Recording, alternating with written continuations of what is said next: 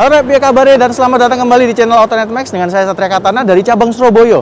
Dan kali ini saya lagi diimpor ke Tangerang untuk hadir di Gias 2021. Dan hari ini kita akan ngebahas ini, Baojun Kiwi EV. Yuk kita bahas. Oke, jadi di sebelah saya ini adalah sebuah Baojun. Kalau kalian mungkin nggak tahu, Baojun itu adalah anak perusahaan dari Wuling di Cinanya. Tapi di sini emang nameplate-nya adalah Wuling GSEV.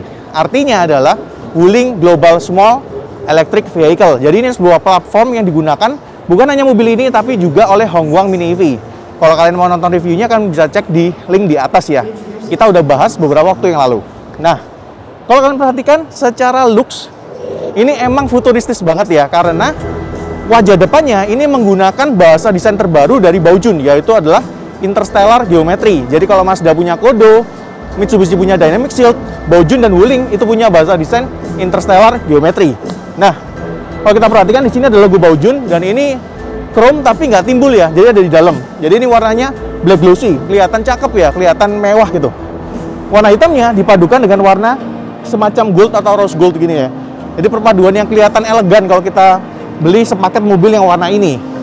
Lampu depannya ada LED DRL di sini, bentuknya kotak yang lagi-lagi menyesuaikan dengan bentuk shape mobil ini yang emang juga kotak ya.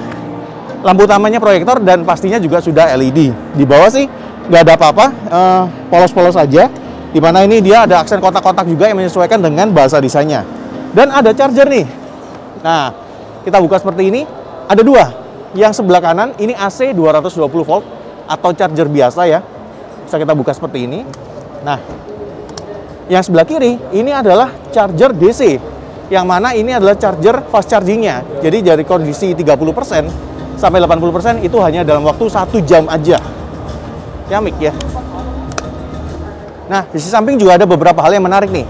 Pertama ya, panjang keseluruhan dari mobil ini itu hanya 2 meter lebih sedikit. 2 meter 20 mm lah, sekitar segituan. Dan tingginya, saya tingginya 169 cm dan ini mobilnya nggak terlalu tinggi emang ya. Nggak terlalu panjang, nggak terlalu tinggi. Karena emang mobil ini itu masuk dalam kategori microcar atau mobil-mobil kecil. Kalau kalian ingat di tahun 2018, Wuling tuh pernah bawa Wuling E100 atau Baojun E100 dan disusul dengan Wuling E200 atau Baojun E200. Mobil ini aslinya adalah Baojun E300.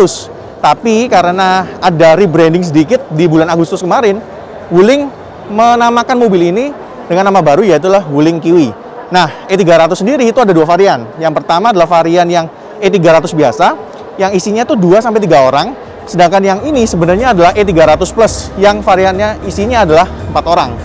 Di sini masih ada spion ya, dan ini ukurannya normal. Biasanya kalau mobil kecil tuh spionnya juga kecil, tapi ini ukurannya normal. Dan ada lampu senya. Kaki-kakinya dia pakai ban, ini mereknya Linglong ya. Karena ini kayaknya ban dari Cina. Ada tulisannya EV Special Plus, yang mungkin artinya ban ini emang didesain khusus untuk mobil-mobil listrik yang kecil. Profilnya 155/70 R13. Jadi emang ya disesuaikan aja, mobilnya kecil, bannya juga kecil. Velgnya dia pakai warna rose gold kebanyakan dan juga warna hitam. Dipadukan dengan ini ada logo. Ini logonya Baojun yang baru nih. Kalau logo Baojun yang lama tuh kelihatan banget kudanya. Yang ini logo Baojunnya itu kelihatan lebih mewah ya, walaupun sedikit mirip logonya Renault. Nah, kita lihat ke belakang dikit. Di sini ada handle pintu, yang mana kalau mobilnya lagi ngelok, ini bisa masuk nih. Jadi kelihatan rapi banget. Dan kalau kalian perhatikan, pintunya panjang ya untuk sebuah mobil. Ini pintunya sekitar 60% dari panjang mobilnya. Kenapa?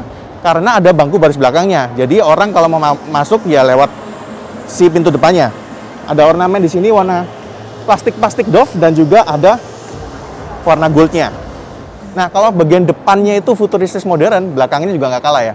Belakangnya dan lampunya ini ada lampu LED bar di pilarnya yang kelihatan cakep banget. Apalagi housingnya dikasih warna hitam gini glossy ya. Lalu di bawah juga ada masih lampu nih. Jadi ada 2 klaster, malah 3 klaster karena di sebelah sini ada lampu sen. Lampu sennya model vertikal seperti ini. Ada bahasa Mandarin yang saya nggak tahu artinya apa. Jadi kalau kalian tahu, kalian bisa komen di kolom komentar di bawah. Dan ada logo Kiwi EV, yang mana ini warnanya juga rose gold gitu. Ini kayaknya cewek bakal seneng deh dengan warna-warna kayak gini ya. Kita buka bagasi belakangnya seperti apa, karena di sini ngumpet ya untuk pintunya. Nah, seperti ini. Ya, pintunya kecil, bibirnya tinggi, dan juga bukaannya nggak terlalu gede. Ya wajar aja karena ini microcar, jadi ya seadanya aja lah. Tapi at least ini bisa ditekuk. Jadi kalau kalian mau bawa barang, tinggal ditekuk aja. Nah, kalau kalian nggak perlu bawa 4 orang, ya seperti ini aja. Jadi kelihatan rapi. Oke. Nah, sebelum kita masuk ke interiornya, ini nih door trimnya ya termasuk menarik. Karena pertama dia ada bahan soft touch dengan jahitan kuning gold gitu ya. Dan di sini tuh ada ornamen warna kuning. Ini perpaduan tuh lifestyle banget, fashion banget. Jadi cocok buat kalian para fashionista yang kepengen mobil-mobil kecil gitu, yang lucu, imut-imut, tapi bisa dipakai buat nongkrong bareng. Dan di sini juga ada lock juga unlocknya, serta ada juga untuk power window-nya. Ada bahan glossy gitu ya. Dan ada juga kantong dengan cup holdernya. Mobil ini lumayan praktis loh. Yuk kita masuk ke dalamnya. Oke, kita ada di dalam si Baojun Kiwi ini. Dan kalau kalian perhatikan, well, mobilnya kecil dari luar, tapi ternyata ini ruangannya lumayan gede loh. Ini jadi dejavu dikit ya sama si Toyota C Plus Sport yang saya coba di Bali. Mobilnya kecil banget, tapi dalamnya luas. Pertama, ini nih, jarak dashboard dari kita duduk ke ujung ternyata jauh. Jadi walaupun tadi di depan kelihatannya tuh jarak antara bonetnya tuh kecil banget, tapi kalau kita duduk juga sebenarnya normal-normal aja karena di dalam kita tuh posisinya agak mundur ya. Dan di sini sebenarnya bisa ditaruh-taruh barang ya. Jadi di belakang panel instrumennya juga bisa kita taruh barang. Ini di sini nggak ada glove box, tapi ada cantolan seperti ini. Ya kalau mama mau belanja bawa kresek itu bisa lah ya. Di sebelah kanan ada controller untuk AC-nya. Dan ini jujur aja sih nggak terlalu bagus ya, nggak tech and tile gitu loh. Tapi untuk kita AC-nya ini, kalau kita pencet-pencet tampilnya di panel instrumen. Dan panel instrumen ini jadi satu untuk AC dan juga untuk sistem infotainment-nya. Ada USB di sini 2 biji. Oke, dan di bawahnya ada ruang penyimpanan terbuka. Di sebelah kiri ini ada electronic parking brake dan juga ada brake hold-nya.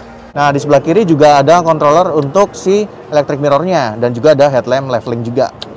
Isi AC-nya kecil ya, menyesuaikan bentuknya yang mungil juga. Tapi kalau pengalaman sih, waktu di Sipot, walaupun mobilnya kecil, AC-nya tuh lumayan kenceng. Nah, setirnya nggak seperti mobil pada umumnya. Biasanya setir bulat ya. Ini setirnya agak mengotak nih. Dan kalau kita perhatikan di kanan ini ada tombol-tombol untuk audio. Nah, di sebelah kiri juga ada untuk tombol untuk MID-nya. Sedangkan di sini itu ada bukan tombol ya, seperti kapasitif gitu ya. Jadi hanya di touch saja. Kelihatan modern sih, tapi kalau kita lagi nyetir terus kepencet juga pasti bete banget. Nah, karpetnya juga dikasih warna hitam, ban-ban sintetis gitu, dan ada jahitan-jahitan warna kuning keemasan lah. Kursinya juga ban sintetis. Dan ini nggak ada headrest yang terpisah ya, jadi headrest model nyambung, model pocong seperti itu. Nah, untuk sistem infotainment dan juga panel instrumennya, si Wuling atau si Baojun sudah mengklaim bahwa dia pakai sistem telematics 2.0. Yang mana, kalau kita ingat ya di Wuling itu ada yang namanya Win dan juga Wise. Nah, Win di mobil ini itu juga ada, pakai voice recognition dan tentunya bahasa Mandarin ya. Tapi dia sudah ditambah dengan kecerdasan buatan dan bisa terkoneksi juga dengan aplikasi WeChat. Karena di Cina nggak bisa pakai WhatsApp ya. Nah, di sini juga masih ada sun visor, ada kacanya, dan hazardnya di atas. Lampu-lampunya juga di sini. Dan lampunya udah putih ya, nggak kuning. Dan spionnya ya kecil dan ini nggak bisa day and night. Nah, tuas transmisinya tuh ada di sini ya. Dan kita tuh cuma operasional seperti ini, ditekan-tekan aja. Jadi dia akan geser dari P ke N. Keren sih ya. Dan P-nya kita bisa tekan di sini juga. Seperti itu. Yuk kita masuk ke bangku baris keduanya ya. Nah, kalau kalian perhatikan ada beberapa hal menarik nih. Pertama, di sebelah kiri ini ada kayak kantong-kantong gitu ya. Kita kalau mau bawa barang-barang kecil. Dan masuknya, itu ada semacam one touch tumble. Kalau kita tekan, nah, dia tuh nggak cuma nge-slide ke depan, tapi dia juga naik nih. Jadi mekanismenya emang dibuat sedemikian rupa biar kita masuknya gampang. Kita masuk ya.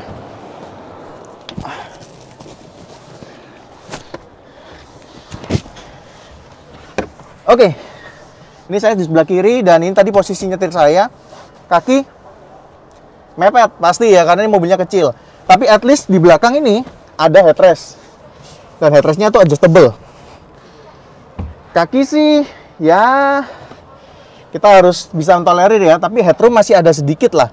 Dan ada kantong-kantong juga di belakangnya, jadi kalau kita mau bawa barang juga gampang. Di sebelah kiri dan kanan ini ada kantongan yang agak dalam nih, di sebelah kiri kanannya. Dan khusus di sebelah kanan ada USB chargernya. Sebelah kiri dan sebelah kanan juga masih ada cup holder masing-masing satu, jadi kalau bawa minuman gak usah rebutan tempatnya. Kursinya ini kelihatan individual gitu ya, satu-satu. Dan at least paling nggak masih ada seat belt. Nah, seat beltnya 3 titik ya, bisa kita pakai sih.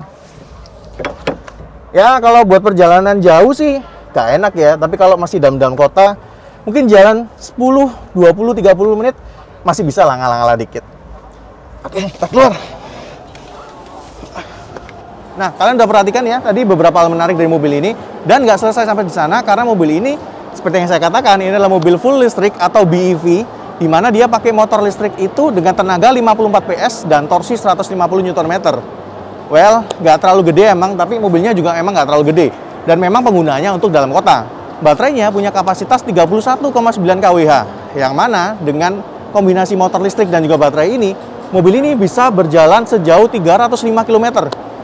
Kurang lebih lah dengan mobil listriknya brand Korea yang dijual di Indonesia saat ini ya, tapi ini mobilnya emang lebih kecil. Nah, untuk fiturnya, mobil ini juga tergolong lengkap. Jadi ada ABS, EBT, BA, ada juga Hill Start Assist, ada TPMS, ada 2 buah airbag, dan juga ada automatic parking. Nah, mobil ini juga tergolong lumayan laku karena seminggu penjualan pertama udah ada 3000 SPK di Cina. Nah, mobil ini dijual dengan 2 tipe kalau di Cina ya. Well, ini bukan di Indonesia ya, ini ceritanya di Cina dulu ya, karena untuk tipe pertama yang tipe standar itu ada harga di sekitar 155 jutaan, sedangkan tipe premium ada di angka 175 jutaan. Kalau kita lihat secara tampilannya, ya ini kayaknya tipe yang premium ya. Apakah Wuling berani untuk menjual mobil ini di Indonesia? Kita lihat aja, karena kalau Hongguang Mini EV yang kemarin, harganya kemungkinan di bawah 100 juta. Mobil ini harganya 2 kali lipat. Dan mobil ini pakai platform si GS EV itu, di mana Wuling Indonesia akan memproduksi mobil dengan platform GS EV mulai tahun depan. Ini menarik banget. Jadi di Gias 2021 ini banyak banget mobil listrik yang menarik. Jadi bagaimana menurut kalian pendapat mobil ini? Kalau kalian suka dengan mobil ini, kalian boleh komen di kolom komentar di bawah dan juga kita diskusi bareng ya. Kalau suka dengan video ini, kalian boleh like dan juga share ke teman-teman kalian. Sampai ketemu di video selanjutnya. Saya Satria Katana, undur diri.